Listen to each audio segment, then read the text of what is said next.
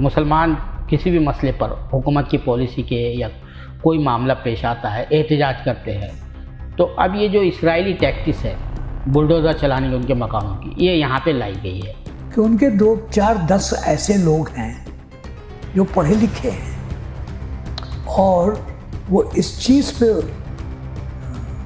Research करते हैं कि मुसलमान को भड़काने का क्या तरीका। भाई ये तो उसूल जंग में ये भी शामिल है जी। हिकमत अमली का हिस्सा है। दुश्मन को कैसे उकसाया जाए। हिंदुस्तान बड़ा मुल्क है, बावजन मुल्क है। ये कहा जाता है कि भाई मोदी साहब ने बहुत ज़्यादा जो है दौरे किए, बहुत अच्छे किए, उनको अवार्ड, बड़े बड़े अवार्ड वहाँ के दिए गए। ये धर्म संसद की बात चल रही है, ठीक है ना। बहुत नाजेबा बयान वहाँ दिए गए हैं, बेहुदा अल्फाज भी दिए गए हैं, मगर शोर हुआ कुछ नहीं हुआ। FIR लिखवाने का कोई मतलब नहीं है। देखिए FIR का मतलब ये है कि किसी पुलिस के खाते में लिख गया जी। अब वो खाता अदालत के सामने कब जाता है। अब वो किसी ने कह दिया, हज़रत अली ने कहा था कि बासी रोटी खानी चाहिए। सवाल ये है कि भाई उस जमाने में चाहे कोई भी पॉलिटिकल पार्टी हो, वाजपेयी साहब भी रहे, बिल्कुल सही, तो किस्म रखते हैं कि भाई एक कोई ना कोई मुसलमान होना है, क्रिश्चियन होना है। वज़ीर आज़म साहब ने बहुत सही कहा कि सबका साथ सबका विकास, मगर वो सबका साथ सबका विकास होता नहीं। मुल्क में इक़्तिदार की तब्दीली के बाद से गुज़िश्ता चंद सालों में जो नफ़रत का माहौल बना है या बनाया जा रहा है, वो माहौल एहानत रसूल के वाक़े के बाद 2 आतिशा हो गया है। उसके नतीजे में दाखिली महाज पर भी मसाइल खड़े हुए हैं और ख़ारजी महाज पर भी मसाइल खड़े हुए हैं। ख़ास तौर से जो इस्लामी ममालिक की तरफ से जिस तरह के बयानात आए और हमारे सफ़ीरों को तलब किया गया, ये आज़ादी के बाद गालिबन पहला मौका है कि सिफारती सतह पर इतना बड़ा बहरान पैदा हुआ है।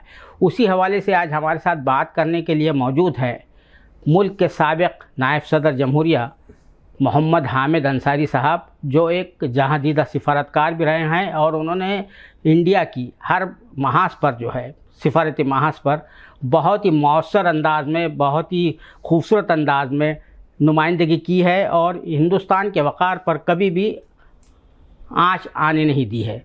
उसी हवाले से हम उनसे जानते हैं कि ये जो बिगेस्ट डिज़ास्टर हुआ, डिप्लोमेटिक डिज़ास्टर हुआ है, उसके क्या रैमिफिकेशंस है और इसके नतीजे में जो है सिफारती महाज पर जो है क्या काम करना पड़ेगा हुकूमत हिंद को और ख़ास तौर से हमारी खारजा जो है वज़ारत खारजा को। मोहतरम हामिद अंसारी साहब, आपका सालार के इस प्रोग्राम में इस्तकबाल है। जैसा कि मैंने अपने तारुफ़ी कलमात में कहा कि माहौल इस वक्त 2 आतिशा बना हुआ है। पिछले जुमा को भी जो है जो जिस तरह के जो पूरे मुल्क में जो है बग़ैर किसी कॉल दिए जो है तो लोग सड़कों पर आ गए थे। अब सिफारती महाज पर जो चल रहा है मामला, तो इसको किस तरह से देखेंगे आप, किस तरह से एसेस करेंगे, इसके क्या रैमिफिकेशंस हैं? देखिए, इस मसले का एक खारजी नुक्ता है और एक दाखिली नुक्ता है। खारजी मुद्दा जो है वो अजूबा तो नहीं है मगर कम उठा है ऐसा। दाखिली मुद्दा जो है वो आपने देख लिया है अपने टीवी और मीडिया में, जो पिछले जुमे को हुआ, और ऐसे चीज़ें उठती रही। आपका सवाल जो है वो खारजी मुद्दे पे ज़्यादा है।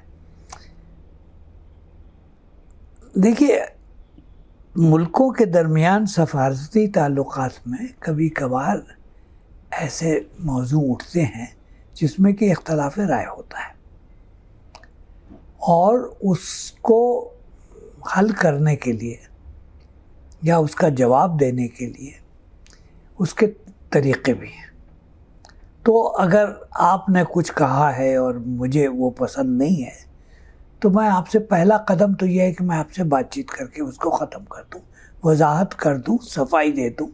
और आम तौर पे चूँकि और बहुत सी चीज़ें ताल्लुकात में आती हैं, उसको अपनी जगह पे एक कोने में खड़ा कर देते हैं कि ठीक है साहब, इस मामले पे हमारे आपके दरमियान इख्तलाफ राय है, मगर इसके अलावा बाकी दुनिया के जितने मसले हैं उस पर इत्तफाक राय है। तो ये एक मसला है जिस पे कि पहले एक हुकूमत से शुरू हुआ और फिर उसके बाद दूसरी तीसरी हुकूमत तक गया खलीज के इलाके में, और फिर जद्दे में जो ओआईसी है उसका एक बयान आया। तो ओआईसी के मुतालिक मेरे अपने ख्यालात हैं, मगर ये मौका नहीं है उस पर ज़्यादा वजाहत करने का।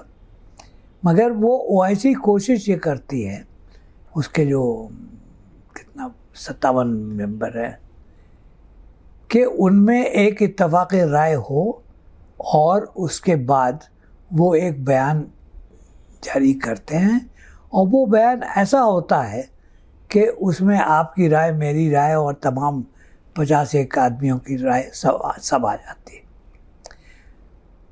और जाहिर बात है कि जब 50 आदमियों की राय को आप मिलाएंगे तो उसमें नुक्ते जो होंगे वो मध्यम हो जाते हैं। तो ओआईसी का बयान हुआ। हिंदुस्तान ने आज से नहीं, पिछले बहुत अरसे से ओआईसी के बयान को कोई अहमियत नहीं दी है, इसलिए कि उमूमन, हमेशा नहीं मगर उमूमन, वो पाकिस्तान की तरफ और उनके नुक्ते नज़र की तरफ माइल होते हैं। जी।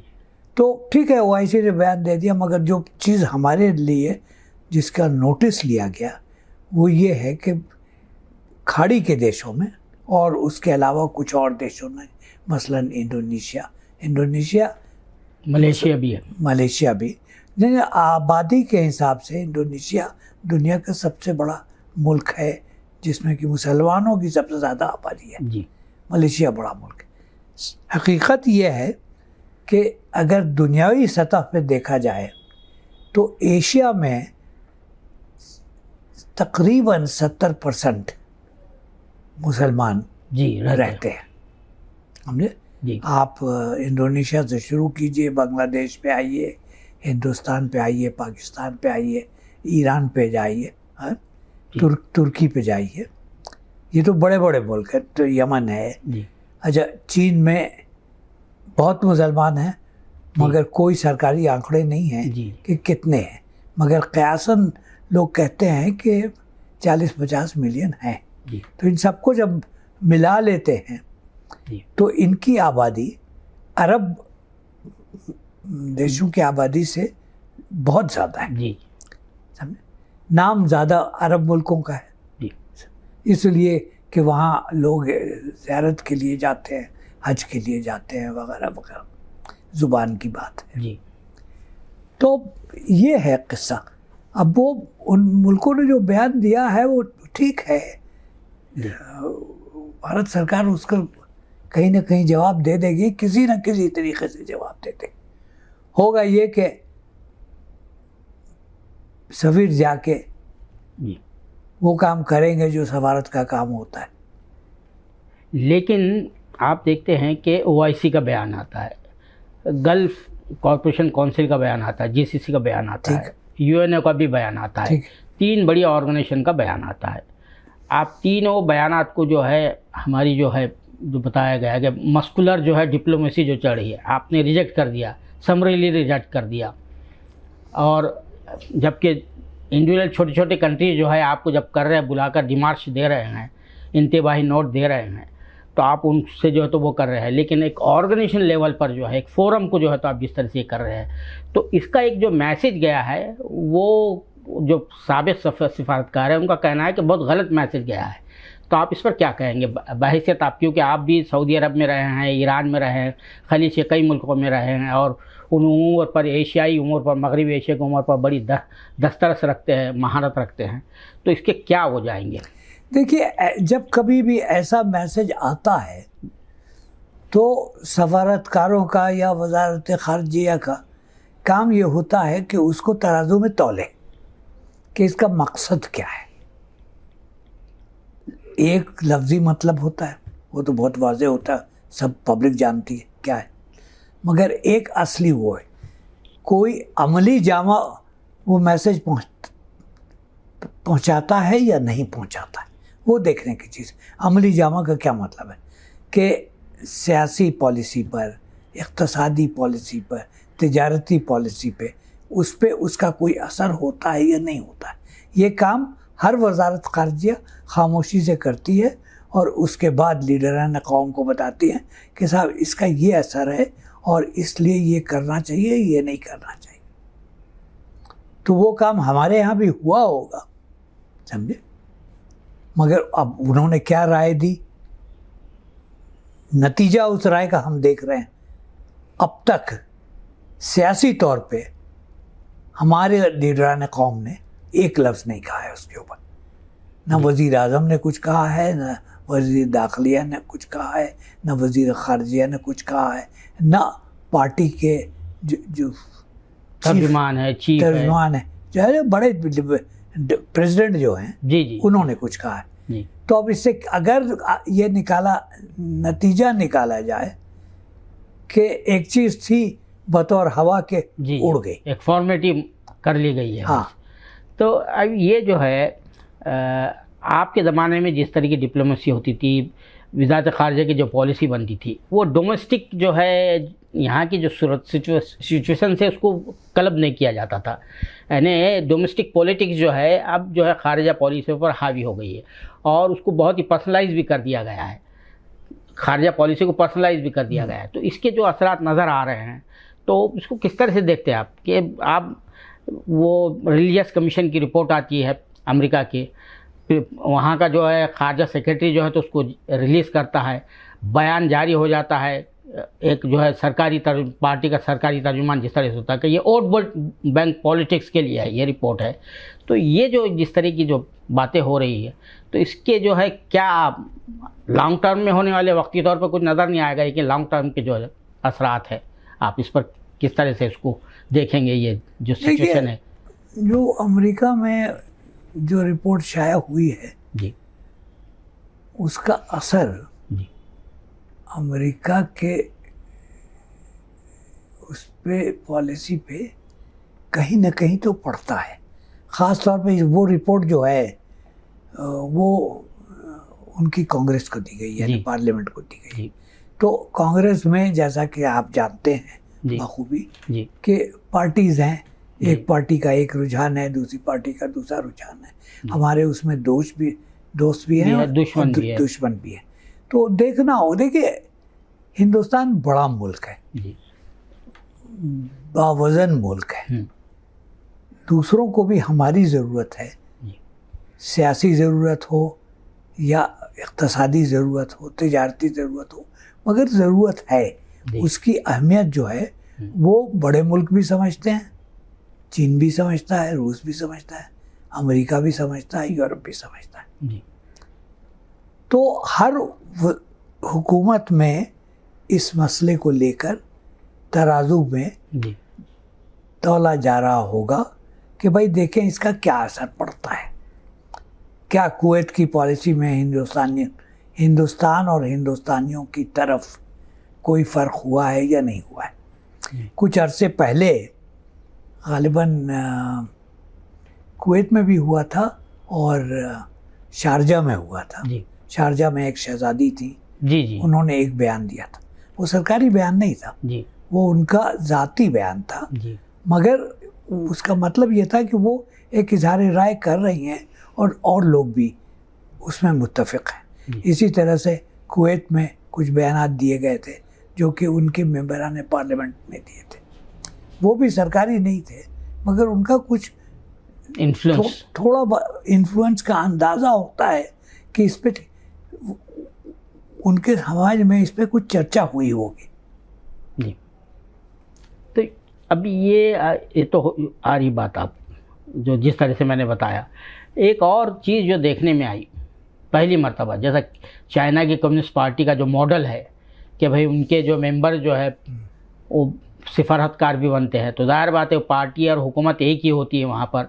तो इसी तरह का एक ट्रेंड अब ये देखने में आया कि हमारे जो सिफारतकार है, कांग्रेस पार्टी ने भी इस सिलसिले में जो है अपोजिशन पार्टी ने इल्ज़ाम लगाया कि पार्टी का बयान जो है, हुक्मरान जमात का बयान जो है डिप्लोमेट्स ले जाकर जो है मुख्तलिफ ऑफिस में पहुँचा रहे हैं, ये कर रहे हैं।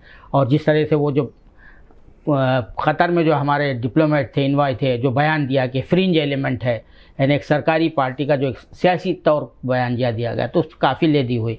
क्या आपके ज़माने में कभी ऐसा वाक़या पेश आया कि सरकारी जमात जो भी हुक्मरान जमात थी उसने कहा कि ऐसा ऐसा करना है आपको? नहीं, आपके वो उस मामले में ज़्यादा मोहतात रहते थे। पॉलिसी सरकार की होती थी। सरकार की पॉलिसी का मतलब ये है कि जो बरसरे इक़्तिदार पार्टी है वो पॉलिसी बनाती है। ये तो सबको मालूम था, समझे, चाहे वो 1950 में हो या 1980 में हो या अभी हो, ठीक है। मगर उसको, उस पार्टी की पॉलिसी को सरकारी पॉलिसी में तब्दील करने में ज़रा एक तरीक़ा है। अब वो चीज़ जो है उसकी वजाहत ज़रा ज़्यादा हो रही है। तो ये जो है वाक़या पेश आया, 15-16 मालिक ने जो जिस तरह से जो बुलाकर जो कहा, तो क्या समझते हैं कि इससे पहले कभी ऐसा कोई वाक़या पेश आया, इस तरह की जो है परेशानी जो है, इस तरह की सुटकी जो है, यानी पूरे 75 साल की तारीख़ में आप कुछ इस पर रोशनी डाल सकते? कोई ऐसा वाक़या है? छोटे मोटे वाक़यात हुए हैं। मुझे याद आता है दिसंबर 1992 में जब बाबरी मस्जिद का वाक़या हुआ था, तो बहुत सख्त बयानात कुछ मुल्कों से आए थे।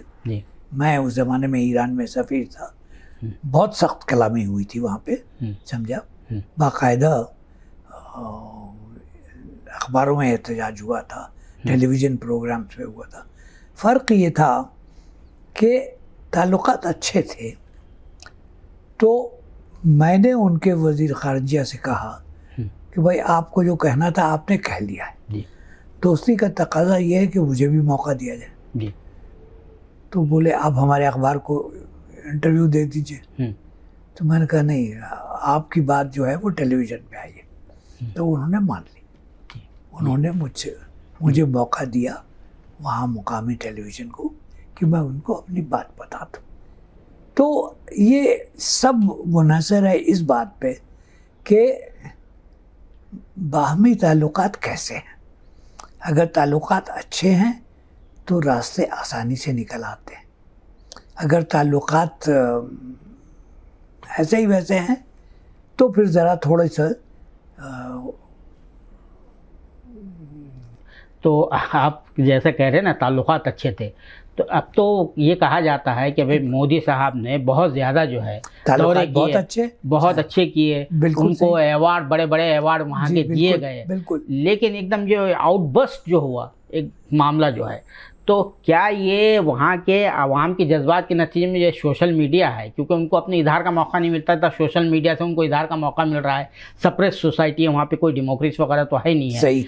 तो ज़ाहिर बात है उसका मौका, ये जो है आउटबर्स्ट जो आवाम का है उसी को जो रिफ्लेक्ट कर रहे हैं ये जो अरब ममालिक से किसी हद तक ये सही है कि उन मुल्कों में अवाम की इजहार राय के मौके बहुत कम होते हैं, मगर सोशल मीडिया जो नई चीज़ है उस पर बहुत कुछ कहा जाता है, समझे। तो सोशल मीडिया से बहुत चीज़ें कही गई हैं और उसका उन लोगों को अंदाज़ हुआ है, इसीलिए हुकूमत की तरफ से और OIC के आड़ में उन्होंने बयान भी इशू किए। तो क्या ये सिर्फ दो लोगों के, एक को एक्सपेल किया गया है, एक को वो किया गया है, पब्लिक अपॉलॉजी का मुतालबा किया जा रहा है? कतर ने भी किया, कई मुल्कों ने किया, अभी तक वो पब्लिक अपॉलॉजी नहीं आई है। क्या इससे सेटिस्फाई हो जाएगा जो यहाँ की भी जो सूरत हाल है, बाहर की भी सूरत हाल है? वो कहते हैं कि 2 बिलियन पीपल के जो है आपने सेंटिमेंट्स को हर्ट किया है। मुझे नहीं लगता कि जो डिमांड हो रहा है वो दो हस्तियों का उसका कुछ निकलेगा, इसलिए कि मेरी ज़ाती राय ये है कि ये बयान इत्तफाकन नहीं हुआ, समझो। ये एक रुझान है जो कि पिछले 7-8 सालों से और पिछले 5 सालों से ख़ास तौर पे बहुत इसको फ़रोग़ दिया जा रहा है। अगर आपको उसका असली माने समझना है, 2009 का जो मैनिफेस्टो था बीजेपी का वो पढ़िए। 2014 का जो बीजेपी का मैनिफेस्टो था इलेक्शन के लिए, वो पढ़िए, उसमें वो बात बिल्कुल साफ आ जाती है। और उनके ये जितने लीडर, अब जैसे कि मिसाल के तौर पे पिछले चंद महीनों से ये धर्म संसद की बात चल रही है जी, ठीक है ना, जी, बहुत नाजेबा बयान वहाँ दिए गए हैं, जी, हैं जी, बेहुदा अल्फाज में दिए गए हैं, मगर शोर हुआ कुछ नहीं हुआ, समझे। जी, कई हफ्ते महीनों के बाद कहीं किसी ने FIR पुलिस में लिखवा दी। FIR लिखवाने का कोई मतलब नहीं है। जी, देखिए FIR का मतलब ये है कि किसी पुलिस के खाते में लिख गया। जी, अब वो खाता अदालत के सामने कब जाता है, 2 हफ्ते में जाता है या 10 महीने में जाता है, वो पुलिस का है और हुकूमत का है। जी, तो मुझे इसकी कोई तवक्को नहीं है कि ये इस पे कुछ बात कहीं और जाएगी। वो मोहतरमा जिन्होंने ये बयान दिया था, जी, वो उन्होंने क्या कहा, उनको सस्पेंड कर दिया गया ना। जी, जी, जी ठीक है, सस्पेंड कर दिया गया। वो पार्टी की हैं, जी, समझे, आज से नहीं है, बहुत ज़माने से हैं, लफाज हैं, जी, समझे आप। जी, तो उनसे पार्टी कोई और काम ले लेगी, जी। क्या फ़र्क पड़ता है कि इस तर्जुमानी ही करे सिर्फ। सिर्फ तर्जुमानी का, भाई बहुत से काम जी, दिए जा जी, सकते हैं उनको। जी, वो चंद महीनों की बात है, उसके बाद दोबारा। हाँ जी, जैसे ही मामला जो ठंडा हो जाएगा या बिल्कुल नजरों से ओझल हो मुझे जाएगा। यही लगता है इससे पहले किया है कि अच्छा, वो दूसरे साहब जो है हाँ। वो भी कोई कल के बच्चे नहीं है, जी, बहुत कुछ इन्होंने किया है, जी, समझे। तो वो भी इसी तरह से एक्सपेल किया है, दोबारा उनको वापस ले लेंगे पार्टी में। जी। तो लेकिन वहाँ पर जो एक ट्रेंड चल रहा है अरब मुल्कों में, बायकॉट इंडियन गुड्स, ये निकालो, तो ये जो हाई स्टेक्स इन्वॉल्व है, ये जो है एक इक़्तिसादी जो वो है स्टेक्स जो है, वो किस हद तक है, आप उसके क्या वो हो वो सकता है? कोई अमली जामा उसको अभी तक नहीं पहनाया गया है, ना अमली जामा पहनाना आसान काम है, जी, समझे आप। जी, इसलिए कि ठीक है कि वो तेल बेचते हैं हम, इसलिए कि हमको गरज है, जी, समझे आप। हमको भी तो गरज है, जी, हम तेल लेते हैं उनसे। जी, इसी तरह से अगर कुछ चीज़ें यहाँ से हम वो लेते हैं, जी, बासमती चावल लेते हैं या गेहूँ लेते हैं, उनको गरज है, समझे। जी, बेचने को तो हम कहीं ना कहीं बेच ही देंगे, जी। वो धर्म कोई नहीं होता, उसका कोई रिलीजन नहीं होता है। कोई रिलीजन नहीं होता है। जी, तो इन चीज़ों में ज़्यादा तवक्को रखना गैर मौजू है। अच्छा, मैं दाखिली महज पर आता हूँ थोड़े से। ये जो मुसलमानों का जो रवैया है नबी करीम सल्लल्लाहु अलैहि वसल्लम के हवाले से एहतिजाज करते हैं, जो सीरत है उनकी, वो सीरत अगर सामने अगर ले आए, अब आप ही ने बहुत से हमारी किताबों में लिखा हुआ है कि उनके 9 साल की उम्र में शादी, आप ही तो मौक़ा फराहम करते हैं, आपने कभी बताया नहीं कि ये इस तरीका जो है नबी करीम सल्लल्लाहु अलैहि वसल्लम एक काबिल तक़लीद नमूना करार दिया जा रहा, बेहतरीन नमूना करार दिया जा रहा, तो वो शख्स किस तरह से जो है एक ऐसी मिसाल कायम कर सकता है कि कमसिन से जो निकाह करेंगे, ये करेंगे। तो ये जो चीज़ें हैं, हमारा जो सूरत हाल है, तो उसको किस तरह से आप देखते हैं, क्या करना चाहिए? जो एहतिजाज बगैर कौल के निकल कर आ गए हैं मैदान में। अवाम सादा लो है, जी, समझा।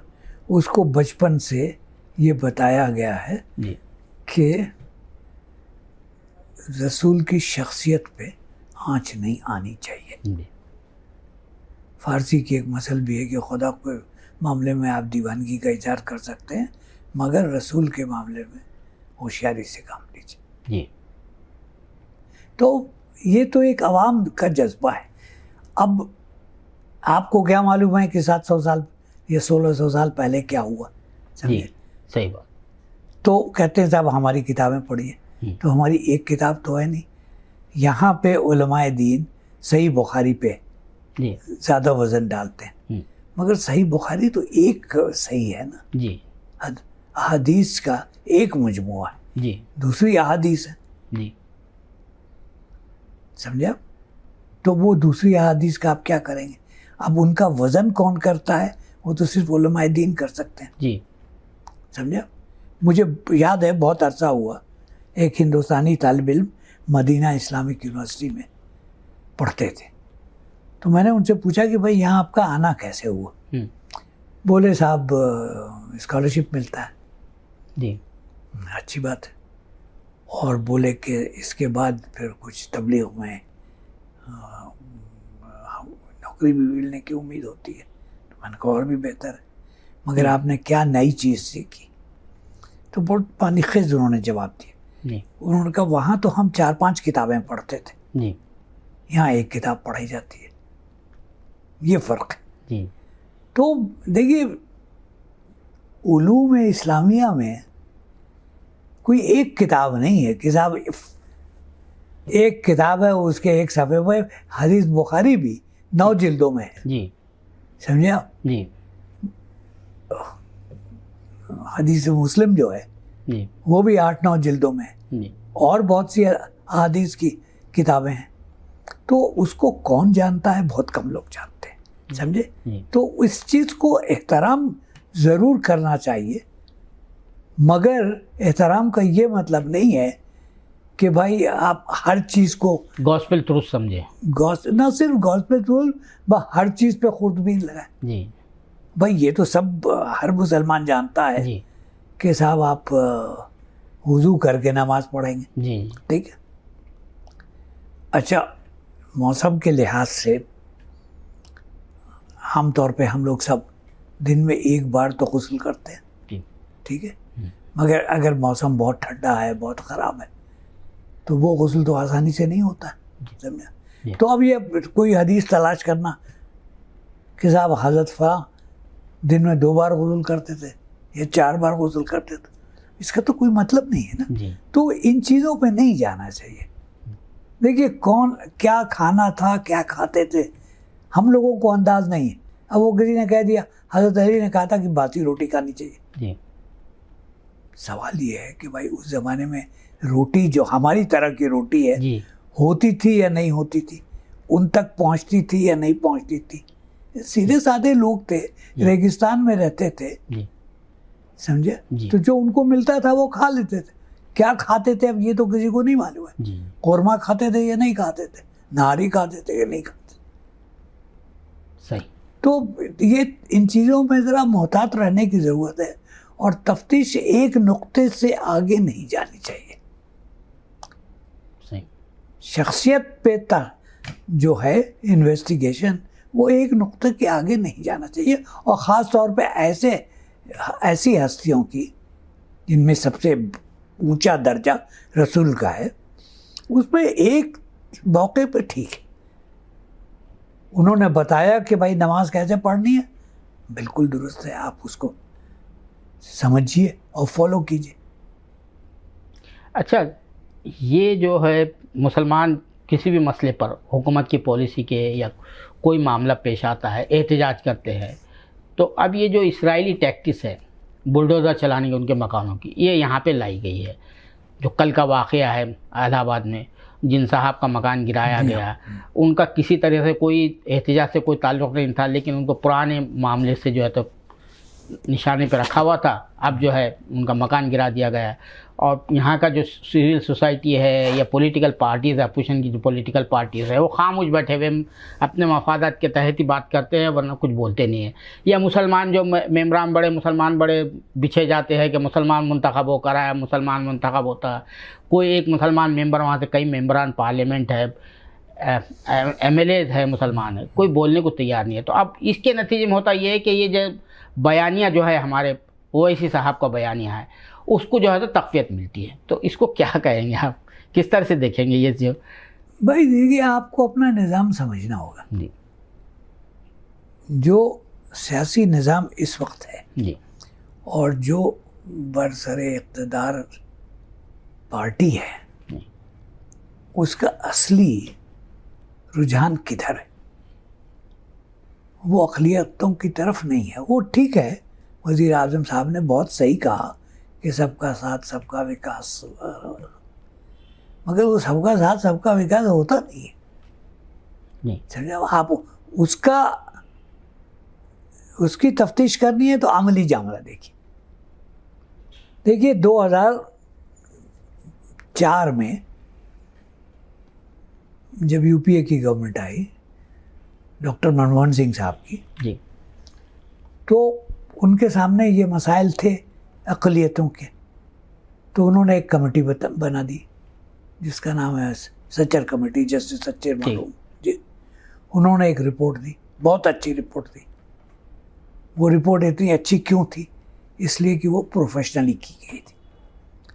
उस रिपोर्ट में जो मसाला था जी वो अबू साले शरीफ एक बहुत मशहूर इकोनॉमिस्ट थे जी और एक देश पांडे दिल्ली यूनिवर्सिटी के थे, जी उन्होंने किया था। जो रिपोर्ट जब सरकार के सामने गई तो उन्होंने कहा कि बिल्कुल सही है, हम मानते हैं। उस पे अमल करने का फैसला हो गया, समझा, अमल शुरू हो गया। मगर सरकारी पॉलिसीज़ का अमल कैसे होता है? पॉलिसी दिल्ली में बनती है, समझा, मगर उसको अमली जामा जो है वो स्टेट्स में दिया जाता है। तो दिल्ली में पॉलिसी बनी, बात पटने तक पहुंचा जाती। जी अब पटने में उसमें अगर कोई उसके साथ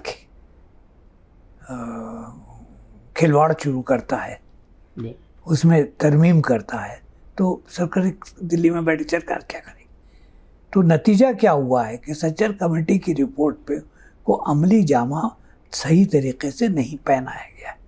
और ये तो पहले की बात थी जब यूपीए गवर्नमेंट थी। जब से कि इनकी गवर्नमेंट आई है तो सच्चर कमेटी की कोई हैसियत नहीं, ख़त्म हो गई बात सब। जी तो इनको अक़लियतों से कोई हमदर्दी नहीं है, कोई दिलचस्पी नहीं है। कहेंगे ज़रूर कि वो नागरिक हैं, बिल्कुल सही है कि नागरिक। और मेरी ज़ाती राय ये है कि ये अक़लियती हुकूक़ की बात कम करनी चाहिए और नागरिक होने की बात ज़्यादा करनी चाहिए। जी, वो आपने कहा कि मुसलमान को नौकरी देने के नहीं देने के 10 बहाने। 10 बहाने, मगर अगर वो बतौर नागरिक के सवाल करे कि भाई मुझे नौकरी क्यों नहीं दी है, तो मुझ जैसे और लाखों नागरिक हैं, समझे साहब, चाहे वो पंजाब में हो या यूपी में हो, बिहार में हो, कहीं हो, हैं। तो जो तरीक़ेकार है उसमें तरमीम करना लाजमी है। अच्छा, ये टोकनिज़म होता था, चाहे कोई भी पॉलिटिकल पार्टी हो, वाजपेयी साहब भी रहे, बिल्कुल सही, टोकनिज़म रखते हैं कि भाई एक कोई ना कोई मुसलमान होना, एक क्रिश्चियन होना, एक सरदार होना। आप कह रहे कि इनको अक़लियतों से कोई दिलचस्पी नहीं है, हमदर्दी नहीं, ये तो साफ नज़र आ रहा है पिछले 8 सालों की कारकर्दगी में। अब ये जो सूरत हाल है, कम से कम एक राज्यसभा में 2-3 अरकान पार्लियामान थे जिनके नाम मुसलमानों जैसे थे, अब वो भी नहीं रहे। अब ये जो जून का महीना ख़त्म होते के साथ ही वो ख़त्म हो जाएंगे। तो एक रूलिंग पार्टी है जिसके पास जो है फर्स्ट पास पोस्ट सिस्टम के नतीजे में 30-35% वोट लेने के बावजूद भी 55% सीटें हैं, उसमें एक भी मुसलमान नहीं है मुंतखब। इसमें असम्बली के जो अरकान हैं पूरे मुल्क में जितने भी, उनके पास एक भी मुस्लिम नहीं है। तो अब ये जो है दुनिया के सामने क्या किस तरह से तस्वीर जाएगी? एक रूलिंग पार्टी है, कम से कम पहले तो था कि बता सकते कि अब देखिए 3 मुस्लिम जो है हमारे नाम वाले जो है अरकान पार्लियामान है हमारे पास, अब तो वो भी नहीं है। देखिए, मुझे इसकी फ़िक्र कम है हाँ कि दुनिया के सामने क्या तस्वीर जाएगी। ये जो मुझे जिस चीज़ की फ़िक्र है वो ये है कि मुल्क के सामने क्या तक मैसेज आप क्या दे रहे हैं, माइनॉरिटीज़ को क्या मैसेज दे रहे हैं कि आपकी राय की हमारे लिए कोई हैसियत नहीं, ये है मैसेज। जी, तो उसी वजह से आप कहते हैं, समझते हैं कि ये जो एक्शन लिया गया, जो सस्पेंड करने का, जिसको एक फॉर्मल एक जो है सेरेमोनियल जो है तो कहा समझा जा रहा है, तो वो सिर्फ खारजी तौर पर जो प्रेशर आया तभी लिया उन्होंने, डोमेस्टिक। हाँ, बेमानी है जी, देखिए जी। मगर अब ये जो जुमे के दिन एहतजाज हो, शाही इमाम साहब का बयान है और लोगों का बयान है जी कि उनकी तरफ से इसमें कोई पहल नहीं हुई। जी, तो ये पहल किसने की? सवाल जो पूछने का है जी और तफ्तीश करने का है जी कि ये पहल किसने की। किसी अखबार में मैंने पढ़ा जी कि साहब ये सोशल मीडिया पे हुई। जी, तो सोशल मीडिया तो सबके पास होता है ना, जी जी, आपके पास भी होता है, मेरे पास भी होता है। जी जी जी तो मैंने ऐसा बयान दिया जी जिसने कि उकसाया।